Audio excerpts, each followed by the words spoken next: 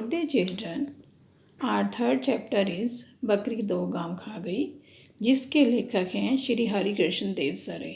इस कहानी के माध्यम से लेखक यह बताना चाहता है कि उस देश की भूमि रस बरसाती है जिसका शासक निर्लोभी यानी लालची ना हो और उदार हो यानी दूसरों का भला चाहने वाला हो, अपनी प्रजा का हितैषी हो तथा पिता के समान प्यार करने वाला हो। इसके विपरीत लोभी, क्रूर तथा निरंकुश राजा की प्रजा कभी भी खुश नहीं रह सकती। हाय बकरी दो गांव खा गई। एक आदमी आगरा की सड़कों पर रोता चिल्लाता घूम रहा था। लोग बड़े हैरान थे कि भला बकरी दो गांव कैसे खा सकती है। आखिर यह खबर बादशाह अकबर तक पहुंची। बादशाह ने उसे दरबार में बुलाया। उस आदमी को उन्होंने देखते ही पहचान लिया।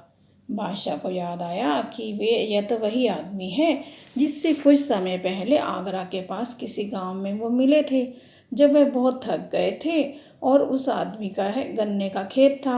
उन्होंने उससे कहा था कि भाई थोड़ा सा गन्ने का रस पिला सकते हो। तो उसने कहा हाँ हाँ बैठिए, अभी लाया। अकबर एक पेड़ की छाया में बैठ गए। वह किसान खेत में गया, एक गन्ना तोड़ा और एक बड़े लोटे में रस निकाल कर ले आया। अकबर ने गन्ने का रस पिया तो बहुत खुश हुए।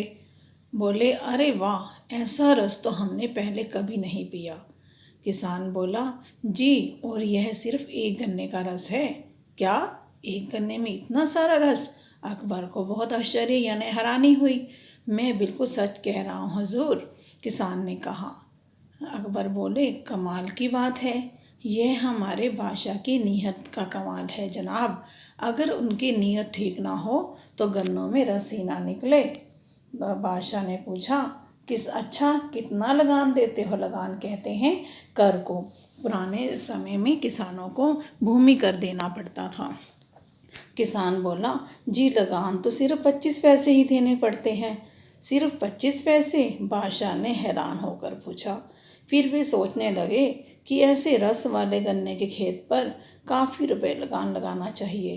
ठीक है, आगरा पहुंचते ही इसका लगान बढ़ा दूंगा, उन्होंने मन में सोचा। कुछ देर इधर उधर की बात करने के बाद अकबर ने कहा, अच्छा भाई, चलने से पहले ज़रा एक लोटा और रस पिला दो। किसान लोटा लेकर गया। उसने गन्ना तोड़ा, लेकिन इस बार लोटा ना भरा। फिर एक के बाद एक 3-4 गन्ने तोड़े और उनका रस निकाला, फिर भी लोटा ना भरा। अकबर उसका इंतजार कर रहे थे और सोच रहे थे कि इस बार तो इसने देर कर दी। तभी किसान मुंह लटकाए हुए आया और लोटा बादशाह की तरफ बढ़ा दिया। लोटे में थोड़ा सा ही रस था। बादशाह ने पूछा, अरे क्या बात है, इतना कम रस लेकर क्यों आए हो? किसान बोला, हजूर कुछ नहीं हजूर, लगता है बादशाह अकबर की नीयत बिगड़ गई है, उसी का असर है। अकबर को लगा जैसे किसी ने उनका अपमान किया हो, उन्हें आसमान से पटक कर जमीन पर पटक दिया हो। आदमी की नीयत में फ़र्क आने से भला पेड़ पौधों पर क्या असर पड़ता? उन्हें लगा जैसे वह मामूली किसान एक बादशाह को इंसानियत का पाठ पढ़ा रहा है।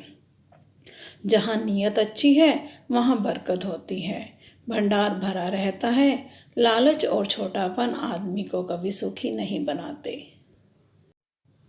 अकबर ने कहा, भाई तुम जानते हो मैं कौन हूँ? किसान संशय पूर्वक बादशाह की ओर देखने लगा। संशय पूर्वक अर्थात हैरानी से देखने लगा। मैं बादशाह अकबर हूँ। किसान ने घबरा कर पूछा, मैंने कोई गलत बात तो नहीं कह दी?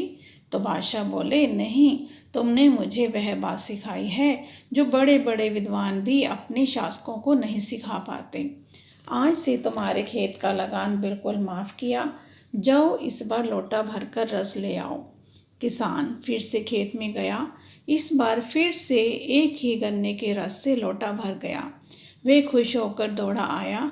उसने लोटा आगे बढ़ा दिया। अकबर ने रस पिया। फिर पीपल का एक पत्ता उठाकर बोले, हम इस पर तुम्हें 2 गांव देने का हुक्म लिख रहे हैं यानी आज्ञा दे रहे हैं। कल आगरा आना और पक्का कागज़ लिखवा लेना।